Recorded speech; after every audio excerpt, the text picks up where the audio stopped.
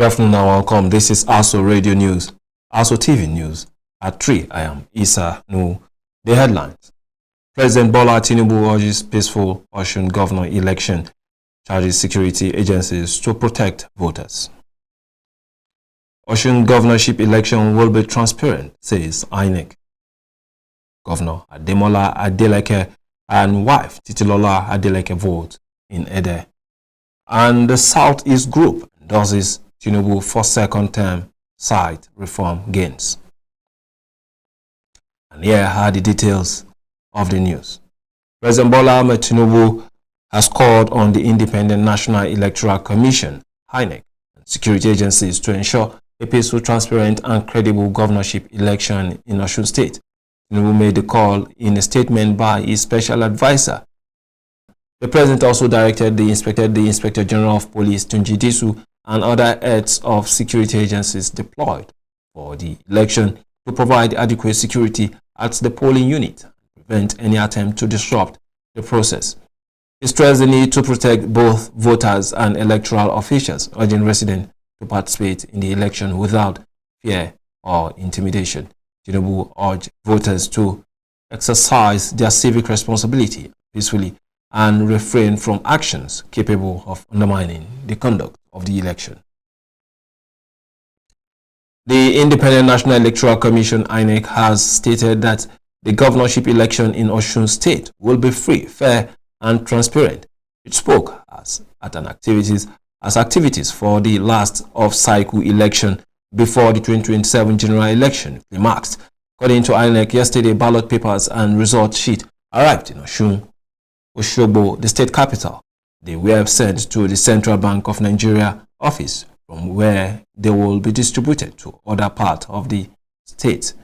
The ballot papers and result sheet were reprinted following a court judgment which ordered the Independent National Electoral Commission to put the name of the candidate of the SDP on the ballot. With this addition, 15 candidates are now in the race. The election will hold in 392 wards spread across 30 local government areas. INEC confirmed that 1,906,390 eligible voters out of the 202,339,233 registered voters in Osun State are qualified to vote. INEC said the figure represents the number of permanent voters cards collected, representing 81.5%. The parties cleared to fight for the Abere Governor's office in Osogbo are Accord Party, Action Alliance, African Action Congress, African Democratic Congress, Action Democratic Party, All Progressive Grand Alliance, All Progressive Congress, and Allied People's Movement, and others. The Director General of the National Orientation Agency, NOA, Malam Larry Issa Onilu, has called on the people of Osun State to come out en masse to exercise their constitutional right to vote in the governorship election without fear or intimidation. In a statement issued in Abuja on Friday, August 14, 2020, Issa Onilu assured citizens of their right to participate freely and peacefully in the electoral process. He urged eligible voters to conduct themselves responsibly before, during, and after the election and to resist any attempt to provoke violence. The NOADG also called on political parties, candidates, supporters, community leaders, and other stakeholders to place the interest of Osun above partisan considerations. He urged them to encourage supporters to abide by electoral rules and maintain peace at the polling unit. Issa Onilu advised voters to cast their ballot according to their conscience and leave polling units peacefully while allowing election officials to perform their duties without interference. He stressed that any electoral dispute should be channeled through legal and institutional mechanisms rather than violence. Governor Ademola Adeleke and his wife, I appeal to you.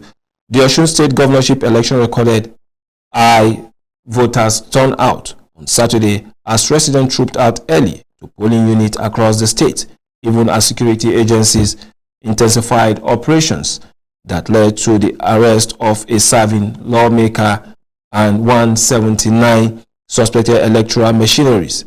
Voting commenced smoothly in most areas, with officials of the Independent National Electoral Commission arriving early to deploy materials and open polling units. Long queues were observed in several communities as voters participated in what is seen as a closely contested election. Security operatives maintained a strong presence across the state, particularly in identified flashpoints, in a bid to ensure a peaceful process and prevent electoral violence or intimidation. While the exercise was largely peaceful, isolated disturbances were reported in some areas, including Modakeke, where security personnel quickly restored order. Governor Ademola Adeleke, the Accord Party candidate, cast his vote alongside his wife at polling unit 9, Ward 2, Sagba Abogunde, Ede North local government area. Speaking shortly after voting, Adeleke described the process as peaceful and expressed optimism about his chances in the election. The chairman of Gwagwalada Area Council, Comrade Kasim Mohammed Ikwa, has led a team of police and other security agencies on an on-the-spot assessment of the level of damage and destruction recorded at Ruga Serikim Fulani Iwa following the recent crisis involving farmers and herders. The chairman inspected the affected areas and assessed the extent of destruction suffered by both parties. Comrade Ikwa stated that the council has taken note of the situation and will provide the necessary support to farmers and herders affected by the crisis.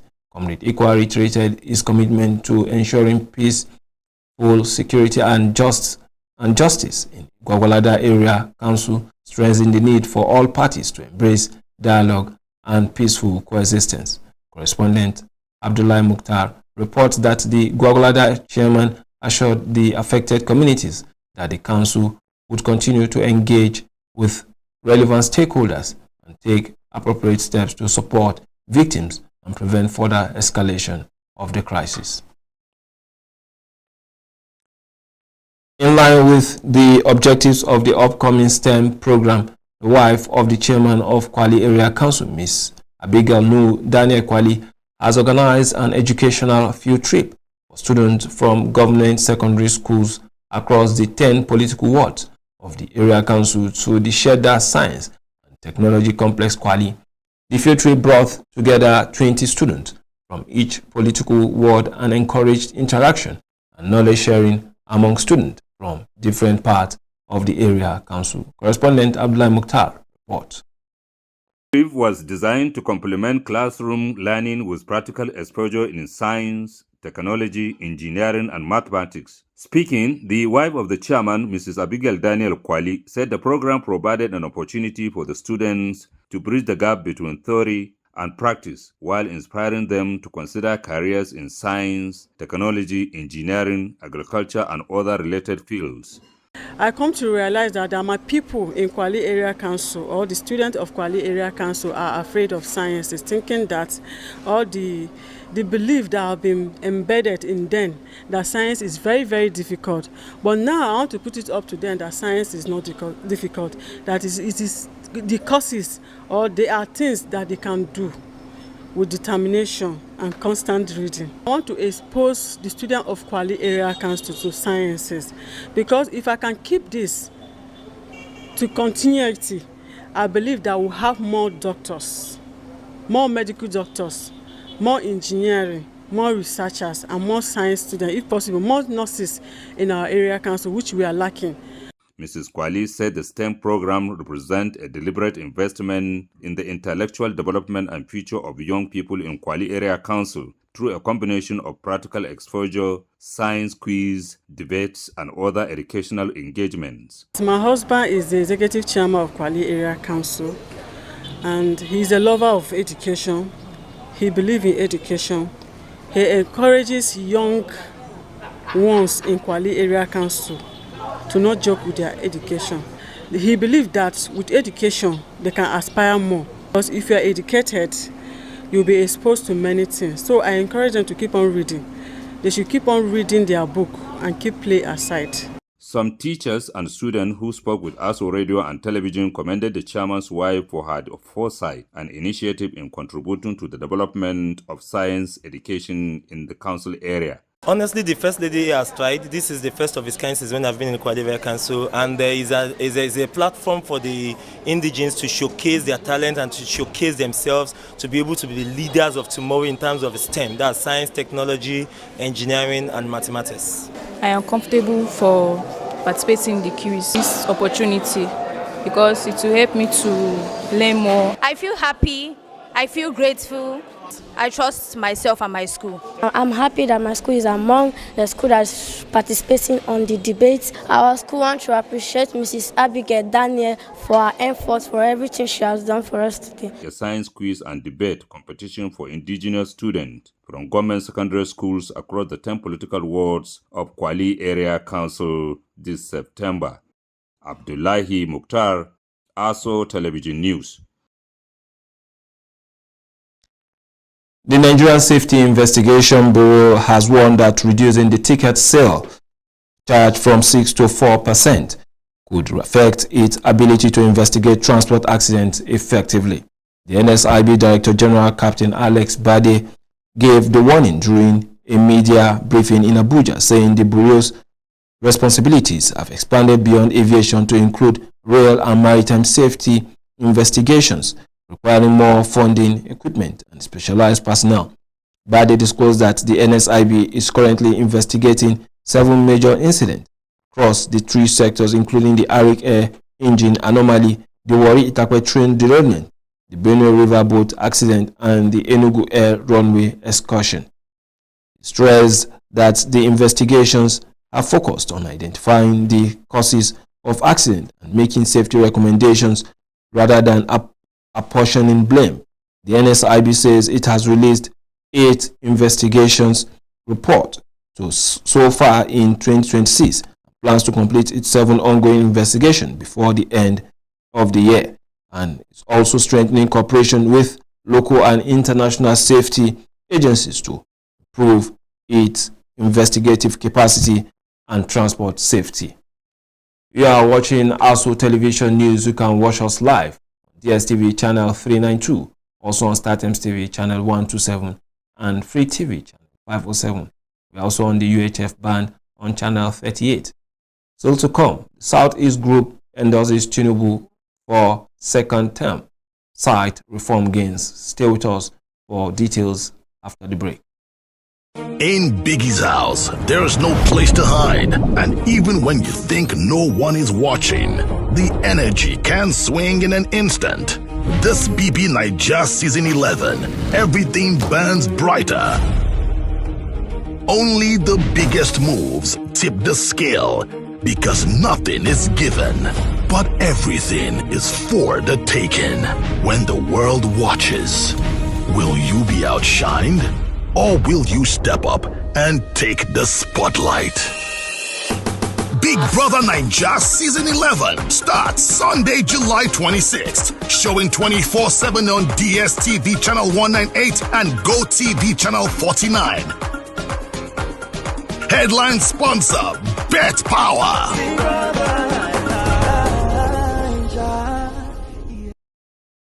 Troops of the Nigerian Army's 18th Brigade have rescued 9 kidnapped victims and fought multiple terrorist attacks across Mariga and Rijau local government areas of Niger State. The Brigade's Public Relations Office has said the successful operations which were conducted between Monday and Wednesday form part of intensified offensive actions against terrorists and other criminal elements within the Brigade's area of responsibility.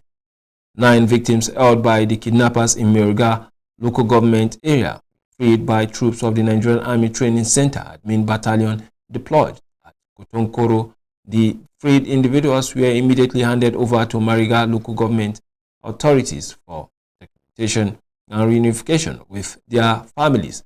This was contained in a statement signed by the Acting Assistant Director, Army Public Relations, HQ 18, Bidda, Captain Adebayo Samuel Adeomi.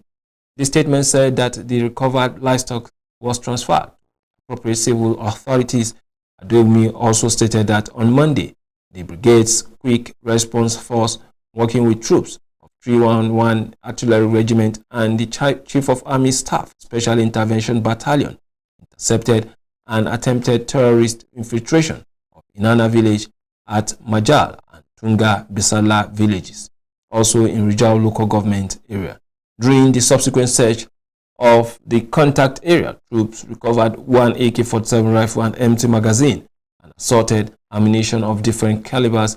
One motorcycle was seized intact, while 6 others were destroyed on the spot. The commander of 18th Brigade praised the troops for their courage, resilience, and professionalism, urging them to maintain this current operational tempo, remain vigilant, and intensify efforts to degrade and dismantle terrorist and criminal network operating in the state. Youth in Nigeria have been urged to go beyond words and take active roles in shaping peace, climate resilience, and democratic governance in the country. The call was made at the Young Changemakers Summit held in Abuja with the theme Youth Leadership for Peace, Climate Resilience, and Democratic Participation. Daniel Obi reports. Speaking on behalf of the Minister of Humanitarian Affairs and Poverty Reduction, Mr. Augustine Ajijelek urged youths to speak against actions that undermine the well-being of the country while also respecting the law, adding that 18,000 youths had recently been trained in 14 different artisanal skills across the country. Let me tell you something. Youth alone is not enough. You must equip yourselves to lead. And that means you need to have the knowledge, you need to socially be sensitive and be able to connect, to network, and also to gain credibility before your peers, before those who are ahead of you, and even those who are coming after you. The country director of International Alert Nigeria, Dr. Kingsley Udo, urged young people to stop waiting and start acting on the challenges confronting them. If you don't emerge, our country will suffer. If you don't emerge, our country will go backwards. I just came back from Europe on my holiday. And in Sweden, the leader of the ruling party is a youth, a young person. Not the youth of Nigeria's nomenclature. I mean, someone under 30. Keynote speaker Dr. Azizat Yushau said leadership must be backed with skills, funding, and platforms, noting that investing in youth innovation and civic engagement is critical. So a lot of time, I think one of the hosts has said something that we're not talking about youth are the leaders of tomorrow. We're not leading now. And what is important for us is that we want to be part of the process. We want to create that what leadership is, what development is. Because we realize that our future is starting now. Participants at the summit committed to building stronger youth-led networks and to working with governments and partners to ensure young voices are reflected in policies on peace, climate, and democracy. This is said to be timely, and it comes at a timely moment when the international communities are celebrating International Youth Day, which is annually commemorated on the 12th of August every year. The key takeaways for me at the program, at this event, is that they have said the youth should get involved. So we have to be involved in decision making.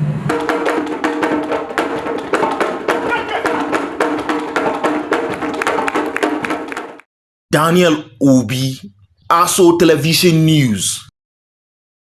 Prominent grassroots civic group in the Southeast, the Tell Your Neighbor organization, has officially endorsed President Bola Ahmed Tinubu for a second term ahead of the 2027 presidential election. Unveiling a performance scorecard at a press briefing in Abuja over the weekend, the group said the achievement under the administration's renewed hope agenda justify continuing its leadership. Addressing journalists, the organization's chairman, Prince Chidi Eze, disclosed that the assessment was compiled following extensive field evaluations and consultations across the 5 southeastern states. Joined by the organization's secretary, Honorable Ekene Onunko, Eze highlighted major policy interventions, specifically defending the removal of the petrol subsidy and the unification of the foreign exchange market.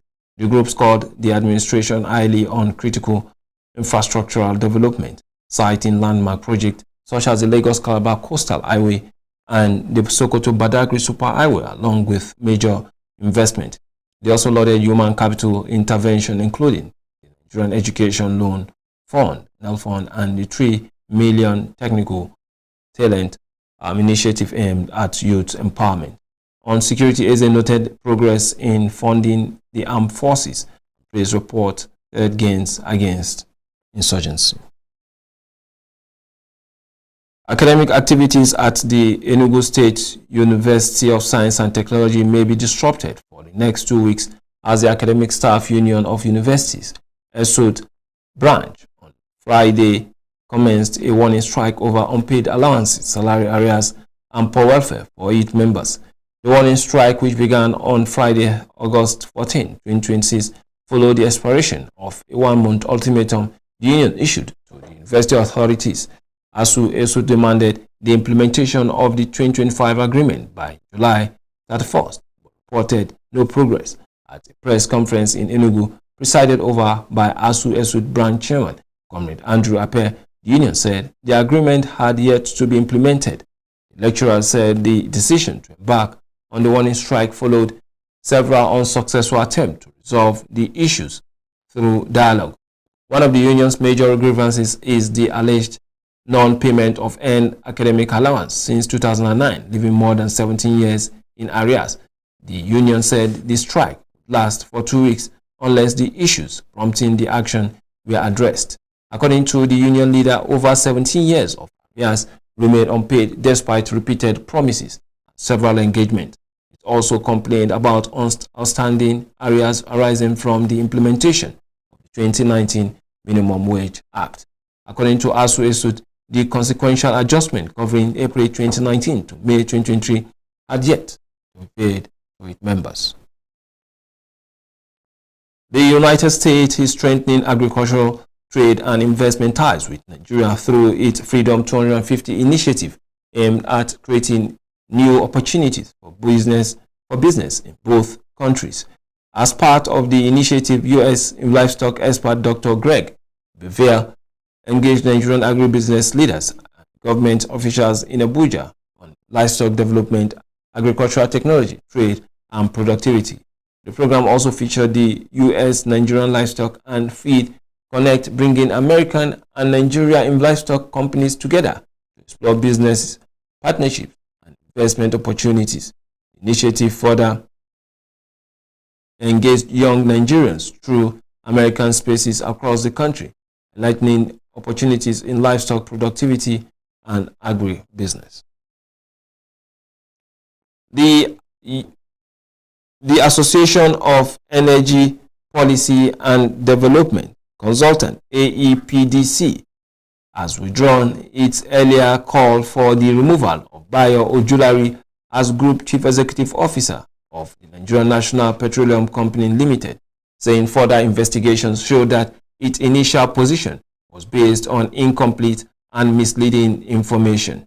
The national president of AEPDC, Dr. Ibrahim Danjuma, announced the reversal at a press conference in Kaduna on Friday, saying the association conducted further investigations, reviewed relevant documents, and consulted industry stakeholders after issuing its initial statement. Danjuma said the subsequent findings revealed a significant level of transparency in NNPCL's management, particularly regarding energy security, expenditure, and other financial obligations that had initially prompted the association's criticism of Ojulari. He said the association had initially called for Ojulari's resignation because the information available to it suggested a disturbing level of opacity and weak accountability in managing the country's petroleum resources. The consultant said energy security expenditure should not be regarded as unexplained simply because it involved large sums. Rather, such expenditure should be assessed within NNPCL's statutory responsibility, its role as an energy supplier or of last resort, petroleum pricing interventions, exchange rate movement.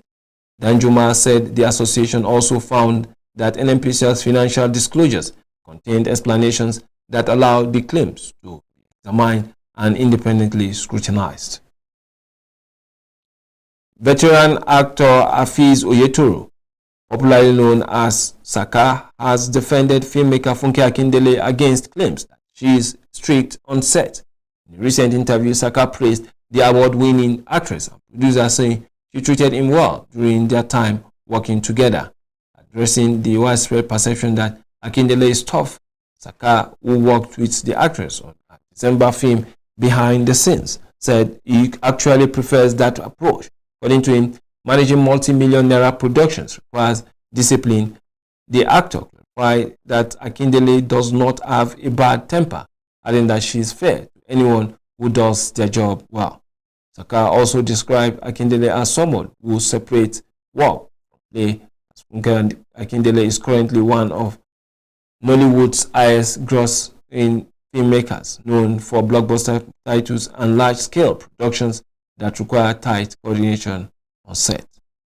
And that's the bulletin. But before we go, let's take another look at one of our major stories. President Bola Ahmed Tinubu has called on the Independent National Electoral Commission and security agencies to ensure a peaceful, transparent, and credible governorship election in Osun State. I am Isa Nuhu. Thanks for watching.